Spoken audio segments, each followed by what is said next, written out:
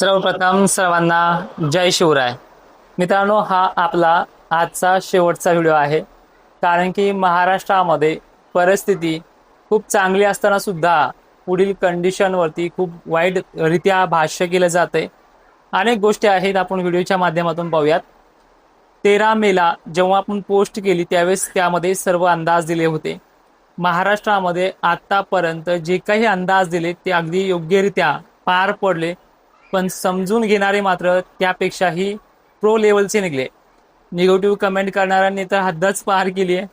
स्वतःची profile lock करून comment करण्याचं काम चालू आहे. म्हणजे थोडेफार पैशासाठी काही लोक मुद्दामून नवीन फॉलोअर्स जेव्हा वाढत होते त्यावेळेस त्यांच्यावरती इम्प्रेशन डाऊन झालं पाहिजे म्हणून याचं कमेंट बॉक्समध्ये घाण केली पाहिजे, अशा हेतून आले आहे.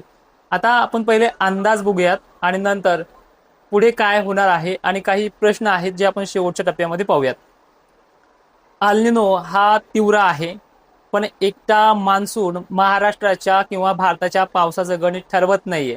2023लाही सुद्धा अल निनो आला होता. यावर्षी त्याच्यापेक्षा थोडं जास्त आहे, पण परिस्थिती त्या लेवलची गंभीर नाहीये. तुम्हाला मी एक स्क्रीनशॉट शेअर करून देतो.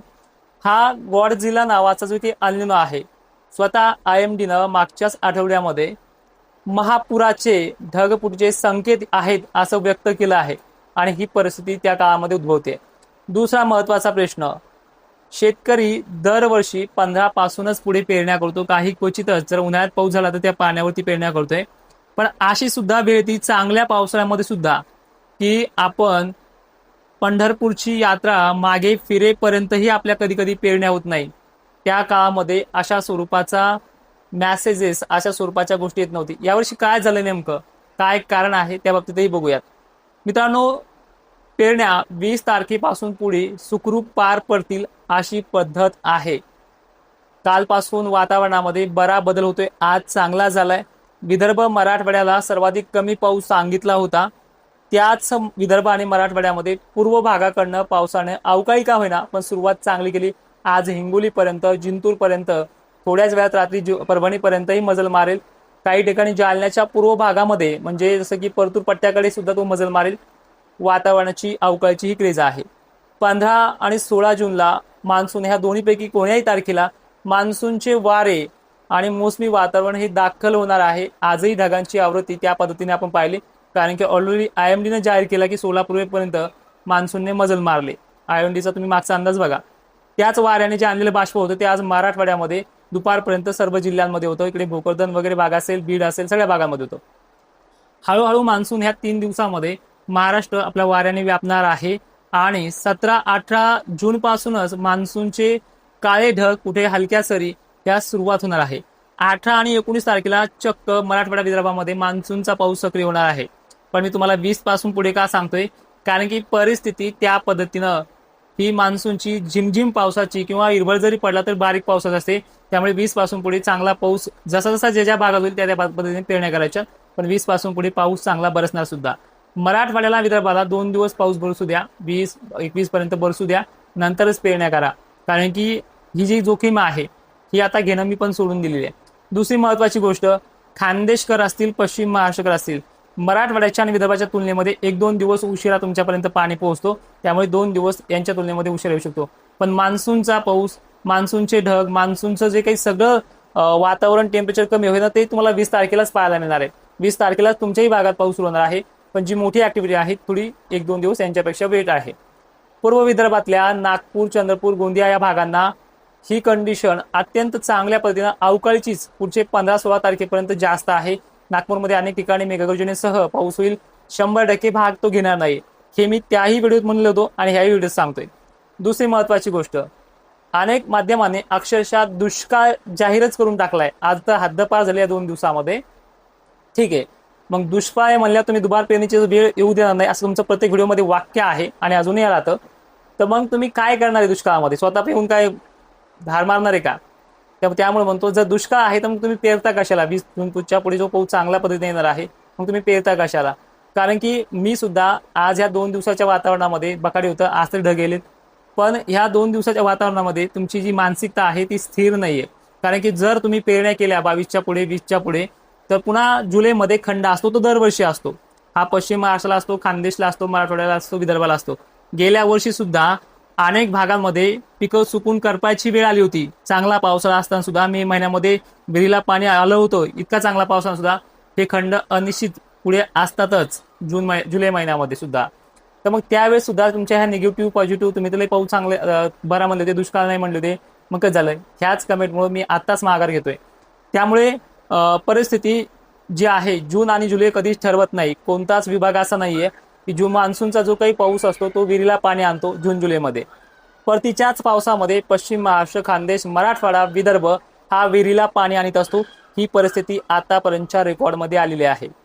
सगळ्यात महत्त्वाचा प्रश्न, मी आज का माघार घेतोय? कारण की ह्या लोकांनी ह्या गोष्टीवरती सुद्धा एक उपाय काढला असतो. त्यांच्या व्हिडिओमध्ये उद्या पदशील पळ काढत असं पुढची परिस्थिती पाहून. हे पहा, जगातील टॉप मॉडेलचा विचार करून अभ्यास करणारा अभ्यासक आहे.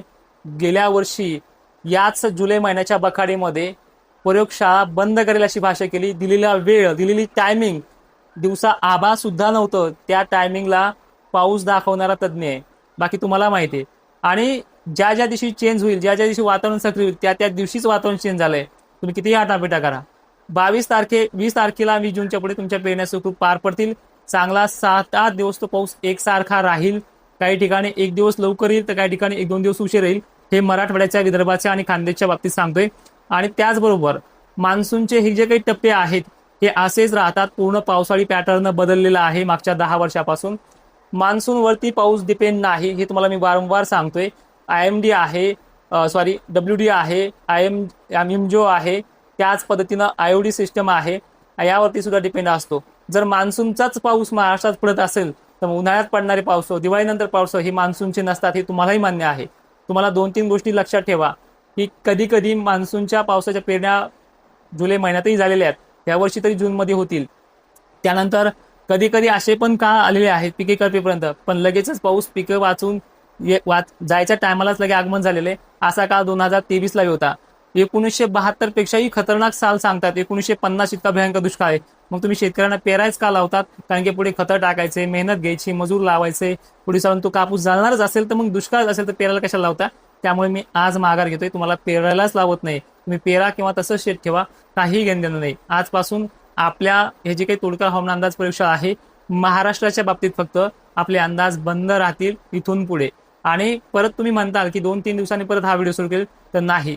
कारण की हे जे काही टेन्शन आहे, वारंवार जे काही टॉर्चर येत आहे, हे बरोबर नाहीये. मी निगेटिव्ह कमेंटला पाहून थांबलेलं नाही, पण तुम्हाला सुद्धा माहिती आहे की पॉझिटिव्ह कमेंट करणारे सुद्धा यामध्ये वारंवार विचारतात की पेरणी कधी होईल. तुम्हाला एकदा सांगितलंय, तुम्ही माझ्या पूर्ण पोस्ट चेक करा. माझा फक्त एकच अंदाज चुकलेला आहे. बाकी जुलै महिन्यामध्ये दिलेले अंदाज जे आहेत, 8 तारखेचा पाऊस, 7 तारखेचा पाऊस, ज्या भागांना सांगितलं त्या भागांना ॲक्युरेट पडलेला आहे.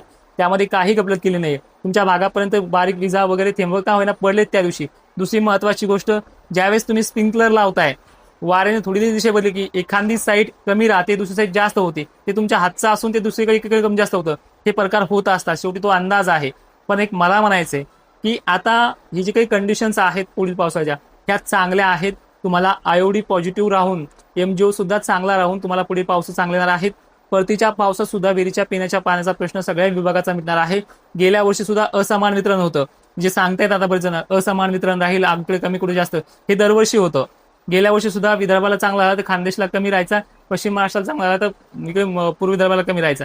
हे सगळं होत राहतं. तुम्हाला ह्यामध्ये सगळ्या गोष्टी माहीत आहेत. तुम्ही किती वर्षाचा रेकॉर्ड चेक करा, किती वर्षापासून तुम्ही पेरणी करता, हे तुम्हाला सगळ्या गोष्टी माहिती आहेत. तरी सुद्धा गेल्या वर्षी काय झालं हे तुम्हाला ह्या वर्षी माहित नाहीये, त्याच्या 10 वर्षात काय झालं हे माहित नाही. हे लक्षपूर्वक पाहत जा. अनेक शेतकऱ्यांचा ह्याच प्रश्न असतो की पाऊस कधी पडेल, आम्ही पेरणी कधी करू.